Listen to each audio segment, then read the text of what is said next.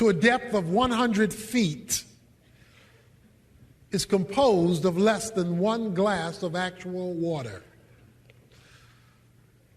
A fog covering 7 blocks, so you can't see even 100 feet in front of you because it's that thick, only has a glass or less of water that composes that much fog. You see, there are 60 billion droplets that are spread out of particles settling over that 7-block area. But it can blot out your ability to see things clearly. Many today are living in a spiritual fog. They allow a cup full of trouble, irritation, or as our text tells us today, thorns, to cloud out their vision and dampen their spirits. How do you live in the sunshine when all you see is fog? Now, make no mistake about it. On a foggy day, the sun is shining. But the question is, how can such a little bit of water cause all of this confusion? In 2 Corinthians chapter 12, verses 7 through 10, where Paul discusses the thorn. In verse 7, he introduces us to it, the reality of a thorn. He says, because of the surpassing greatness of the revelations, for this reason, to keep me from exalting myself, there was given to me a thorn in the flesh, a messenger of Satan, to buffet me. That's not buffet me. To trouble me, to torment me, to irritate me, to exacerbate me. Or to put it in everyday, contemporary, colloquial language, to get on my last nerve. The Greek word for thorn referred to a splinter or a needle of some kind that pricked you. We've all had a needle or a thorn or a splinter from wood to get in our finger or toe and irritate us. It could be used of a hook that catches a fish, piercing its skin, of which it can't shake itself from without tearing and making things worse. A thorn is anything that nags or irritates your life on a continuous basis. A thorn is anything that nags, irritates, exacerbates, or frustrates your life ongoingly. You can't shake it. It hangs around. Paul says, there was given to me a thorn in the flesh. Something to irritate me. Now, you can read commentaries galore, and you'll have a lot of guesswork as to what Paul's thorn was. For example, Paul talks about how when he was trying to write the churches, he had trouble seeing. In fact, he had an amanuensis, a recorder who would write for him. And so some will say, well, it was his eye problem. But still others will say, well, he was always being followed by this group called the Judaizers, who were undermining his ministry. And so they were an irritation to him. Maybe it was that. Paul speaks of being lonely. He says, everyone has forsaken me. Some say it was loneliness. But the Bible never says what his thorn is. And that's good. It's good that he doesn't tell us what his thorn is so you can put your thorn here. Anything that irritates, nags, frustrates, exacerbates on a continuous level. In fact, he lays it open in verse 10. He says it can be insults, distresses, persecutions, or difficulties. Some of you are having to deal with emotional thorns. Things that have to do with your feelings. You are lonely. You perhaps have been single for an inordinate amount of time, and you are simply tired of being alone, and it pricks you, nags you, irritates you. Or perhaps it's depression that keeps popping up, and you can't shake it. Maybe it's memories or regrets. When you look back over your life, you wish you could have done things differently, but you can't because that's history now, but you've not been able to shake it. It's an emotional thorn.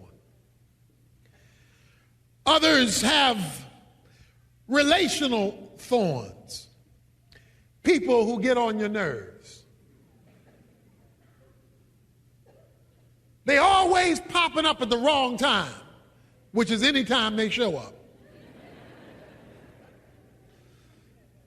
This could be the person living in an unhappy marriage. They have no biblical grounds for divorce. They feel stuck spiritually. But they are unhappy, and it becomes an irritation. It's a relational kind of thorn. Others have financial thorns. A long time trying to find a job or the right job, and it's not coming through. Or perhaps you're stuck in an unhappy work situation. Or it looks like every time you try to get out of debt, just when you think you made it, something else breaks down. Something else shows up. And you can't shake this financial situation. I guess one of the worst thorns there is are physical thorns. Disabilities, chronic illnesses, headaches that won't go away, things that are wrong with your body that are not healed. It's a thorn. Please notice this phrase in verse 7, there was given me a thorn. Now we could spend an hour on that. He says, my thorn was a gift. Well, take your gift back. He says, it was given me. And if you think that's bad, that God is giving away thorns. See, now I know you don't hear about this too much today. You hear about how he's giving blessings. Money. Cars, houses. Well, let me tell you something else he's giving, thorns. There was given me a thorn in the flesh, in my humanity. And look at the theology here. A messenger of Satan to buffet me. God gave me a thorn and let the devil deliver it. Come on, work with that now. The thorn was handed to me, given to me. And you'll discover when you read the whole passage, by God. But the delivery service was a messenger of the devil. You ever looked at maybe you have a relational thorn, somebody in your life keeps getting on your nerves, you say, you ain't nothing but the devil. Well, you are partially right. but the gift came from God. Watch this now. God is sovereign, meaning he's in charge. Nothing happens, and I mean nothing, no matter how tiny or big, that either is not caused by God, he made it happen, or allowed by God, he okayed it happening. There is no third category like luck or chance or fate, words that ought not be part of any serious Christian's vocabulary. Because to have luck, chance, or fate is to deny sovereignty. You can't have an omniscient God who knows everything and something get by him. You say, but the devil is messing with me. If the devil is messing with you, God had to okay it. We all know Job. His life is falling apart. But when you read Job chapter 1, God starts it off. God says to the devil in Job 1, have you considered my servant Job? Devil says, well, the only reason he's serving you is because you blessing him. Take away his blessings, he won't serve you. And then God tells the devil, go right ahead. I'm going to give Job the thorn and you can deliver it. If the devil is messing with you, God okayed it first. The great question of theology is, why would an all-powerful God allow a lesser creature that he created, the devil, to do what he has done? Good question, especially when you use the word allow. See, the answer is in the question. The devil is not the devil is God's devil. He operates by permission. How do you know what you're facing is a thorn? Verse 8. Concerning this, I entreated the Lord 3 times that it might depart from me. If it's nagging you, irritating you, and getting on your nerves, you prayed about it, and God hadn't done anything about it, that's a thorn. Anybody got a thorn sticking you? Many of us are trying to get rid of something God gave you. You say, well, if God gave it, how can it be so bad? Because the devil delivered it. It was given to me. I prayed about it. I said, God, get rid of this thorn. It's sticking me. He says, I prayed 3 times. So I wasn't being carnal. I wasn't being sinful. I was talking to God. You told me, preacher, to pray. I prayed. And I still got this thorn.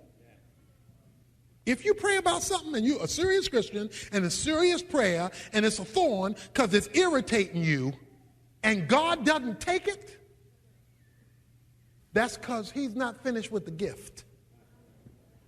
Because it's a gift. A thorn is a gift. It was given to me. Why would God give me a gift like that? Something that nags me in perpetuity. Something that won't go away.